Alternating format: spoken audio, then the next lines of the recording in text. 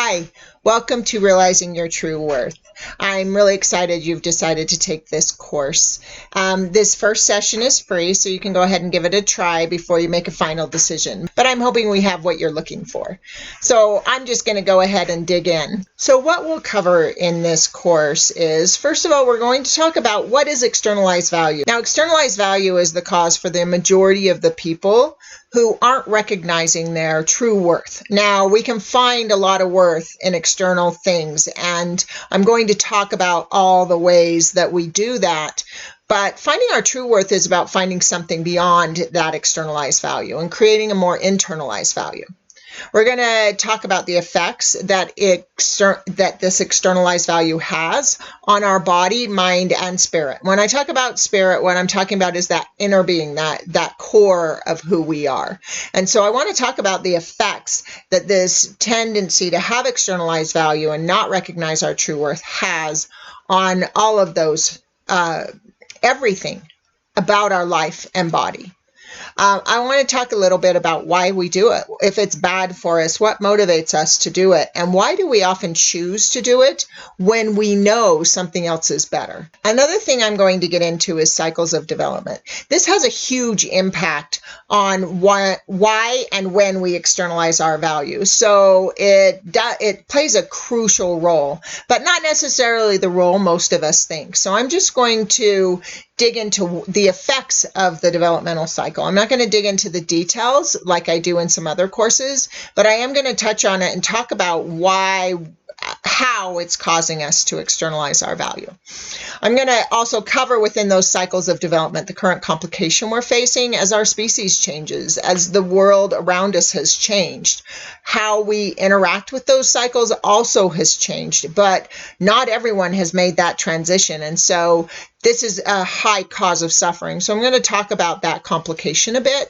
I'm going to also talk about core value and reflection. So when it comes to connecting with our internal being and the reflection of the world we see around us, this can become very muddled, where people start to measure themselves externally, or they start to think everything is a reflection. So I want to get some clarity there, because this helps us really connect more with our true worth.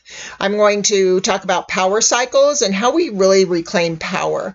Power is not claimed in the way most of us think. So I want to connect those with that development to talk about the way power can be a tremendous tool when we connect with it in the right way. That can be a trigger word for all of us. So I want to clarify what real power is and how we can feel powerful instead of feeling powerless. The next thing I'm going to get into is polarity and the people who trigger us. So those people that bring out the worst in us, because oftentimes we blame them or we blame us, and really neither is true. So when we become triggered by a person, when we're around a person who brings out the worst in us, this can be really devastating to our sense of self and the way we might judge ourselves. So I'm going to get a bit into the polarity and how people that trigger us, how to interact in that part of the world and still hold a good, strong core. I'm going to go over roles and rules, and this has a lot to do with how we perceive reality and the way our brain and confirmation bias work. We're going to talk about how to break patterns of fragmentation. Now, this is a huge issue where we're one person around one group of people and like a different person at work than we are with our friends, than we are at home with our family. And the reason why we fragment and how we think it's necessary for survival. I'm going to talk about how we can be one person all the time and still not cause any discomfort. This isn't about being defiant and say, I'm just going to be me, I don't care how you feel. This is about how to hold the kind of center that everyone is comfortable around, and that where you're always comfortable, so that we don't need to fragment, so we can just be our true authentic self all the time without creating any discord in the world. We're going to talk about what it means to be an individual. This is a word I love, and so I'm going to dig a bit into that and how it kind of translates the way we perceive ourselves in the world. I am Also going to talk about how to make that transition from externalized value and that connection between internalized value and realizing our true worth, and what that means when we go out into the world. How is my internal state of being affecting my worth in the world? And then for the last thing I'm going to talk about is how to move from just surviving into a life that's thriving. When we recognize our true worth, everything in life becomes significantly easier. So those are the things we're going to cover. And the first thing we're going to talk about today is externalized value. And so the first thing I want to do is give us a definition of externalized value. Again, because realizing your true worth is really about not living in that externalized value state. And so I want to cover that first before we dig into the rest of what we're doing. So we're going to begin this definition by defining the word value first. So what does the word value mean? So value means of relative worth, utility, or importance. Now, of course, we understand that value is a high thing now. Value, though, isn't just about value in society. It's not just about the things we value or being valuable to others. Value really connects to how our brain functions. And the brain, when it's not feeling high value, is in a state of fight or flight. So the value piece is far more critical than we realize. This is really foundationally a major factor in driving that subconscious bus. The things that drive our dysfunction or our health is really that internal value. So value is critical. So again, this is the relative worth that we perceive ourselves to have. And so when we come up with the word external in connection with that, the word external is defined as coming or derived from a source outside the subject affected. And these last four words, when I looked up this definition, had such a huge impact on me. So we're looking at that source, and then to have the words outside the subject affected. We're the subject, and we're the one being affected. So to have that outside of ourselves is not a minor thing. This is significant. And that's what this course is going to be about, is to no longer be subject to this condition.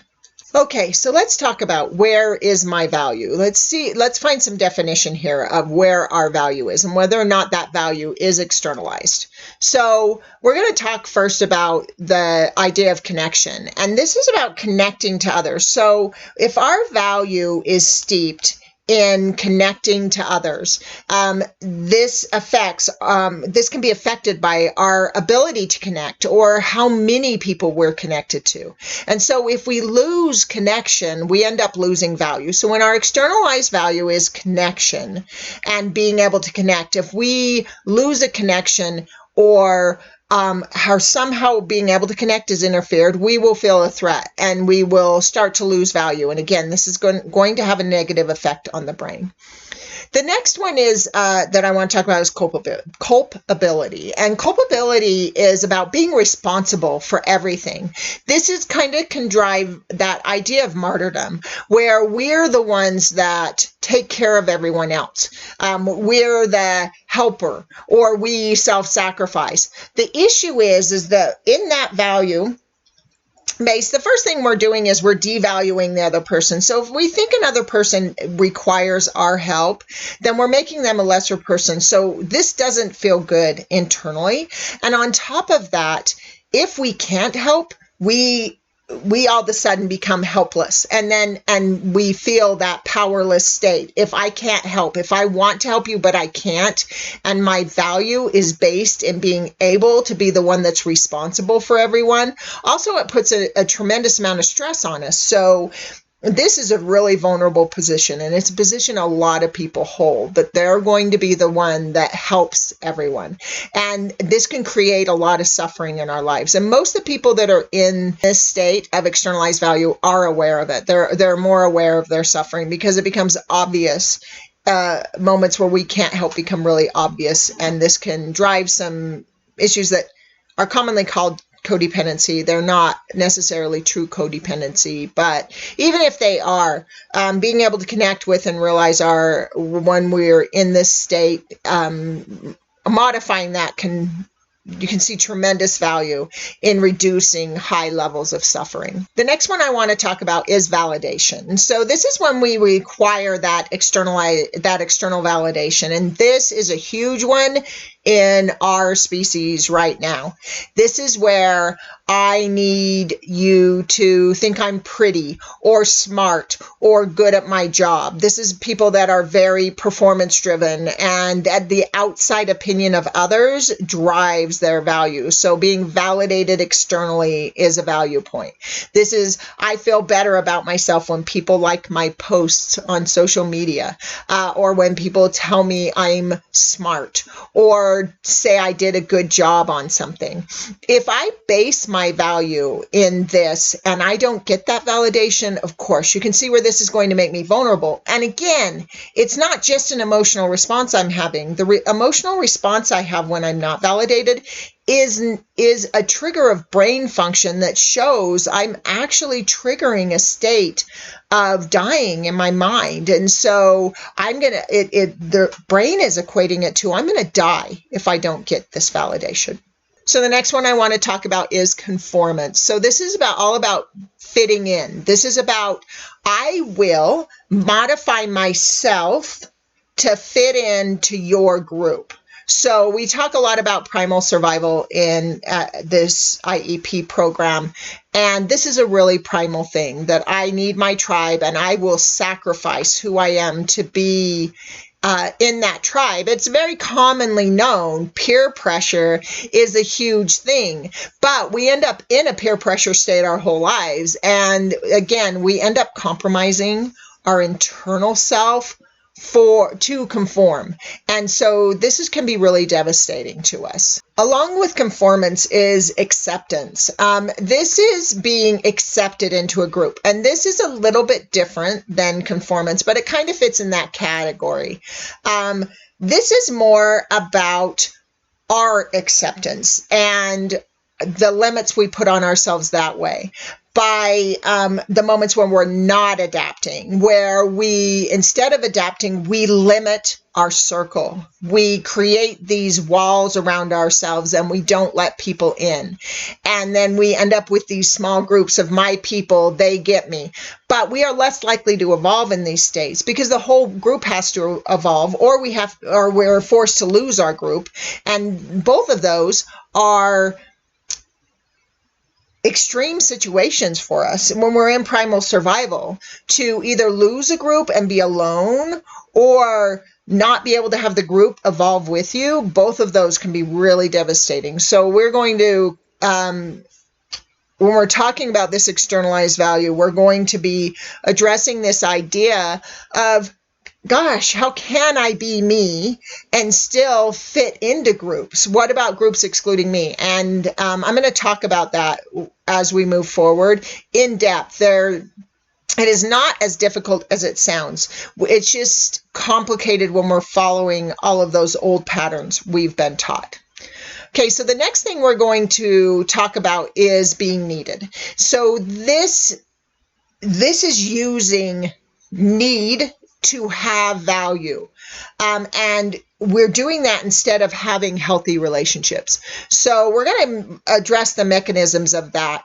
But what happens to us if being needed is the key to that, is the key to who we are, and people in our life don't need us? What if we're not needed? What if people do fine? And this actually drives in us a desire to have people live less than perfect lives, because if they're living a perfect life, will they need us? And so it's all about being able to have a strong enough sense of self that whether or not other people need us is not what drives our value.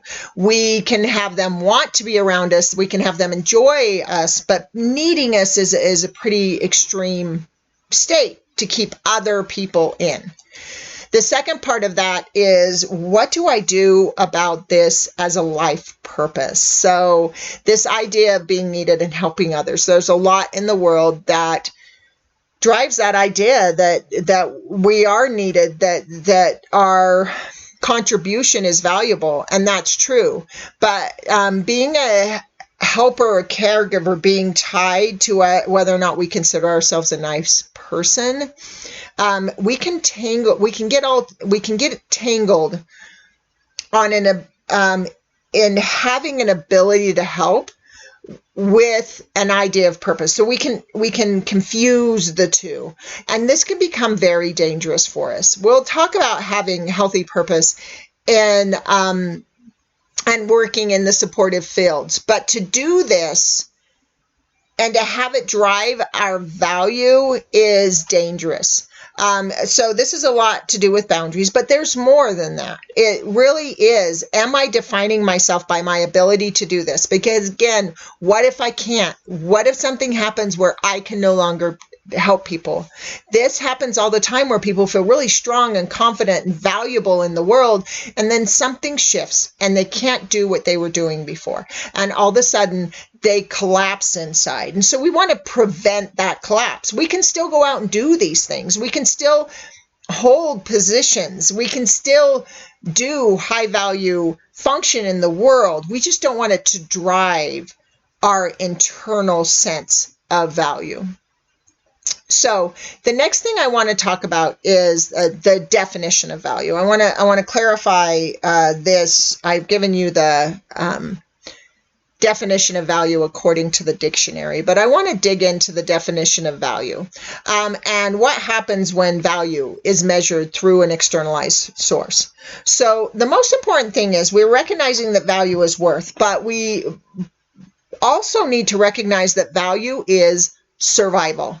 So to the brain, to the human brain, being valuable is a survival mechanism. It is what keeps us safe, what keeps us strong, and what defines our position in the group. So in that primal model that we're going to talk about a lot, we're going to talk about the primal model. In the primal model, that needs to be externalized. I need to work within the group, and I am dependent.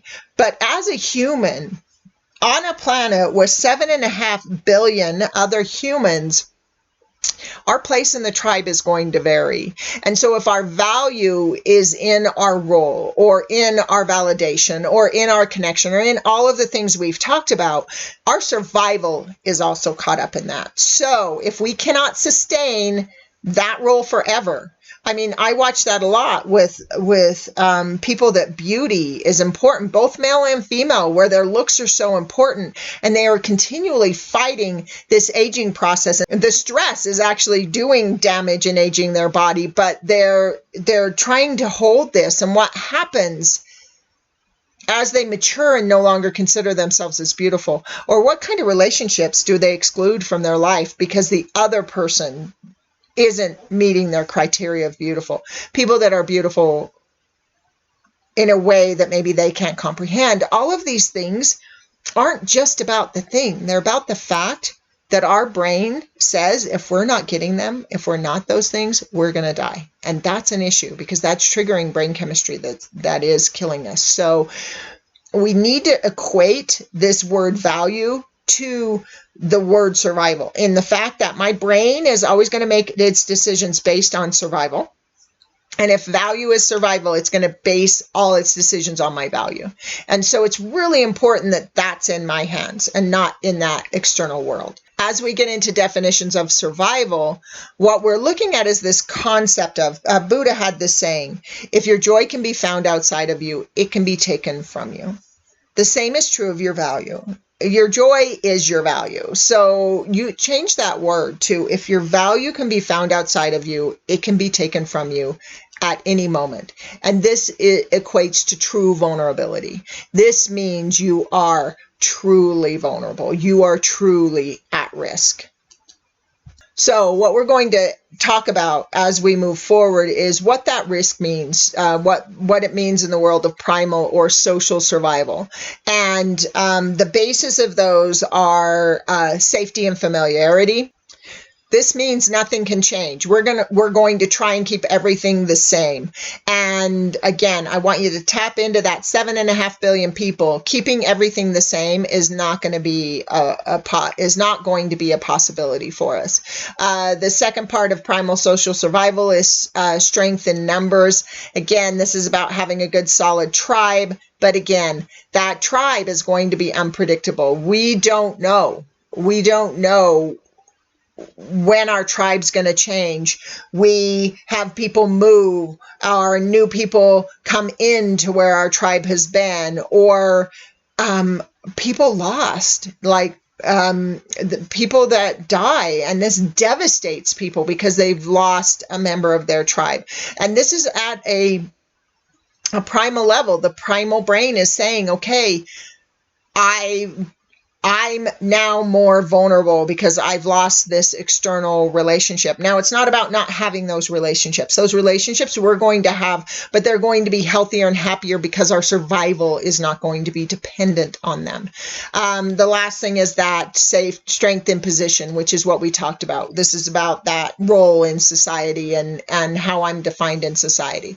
So we're going to dig into all of that over the next couple courses. But first, we're going to dig in. We're going to do some practices to connect with where our value might be externalized, just so that we can come to a place of clarity. And then we'll go ahead and dig into how to shift that into a more internalized value.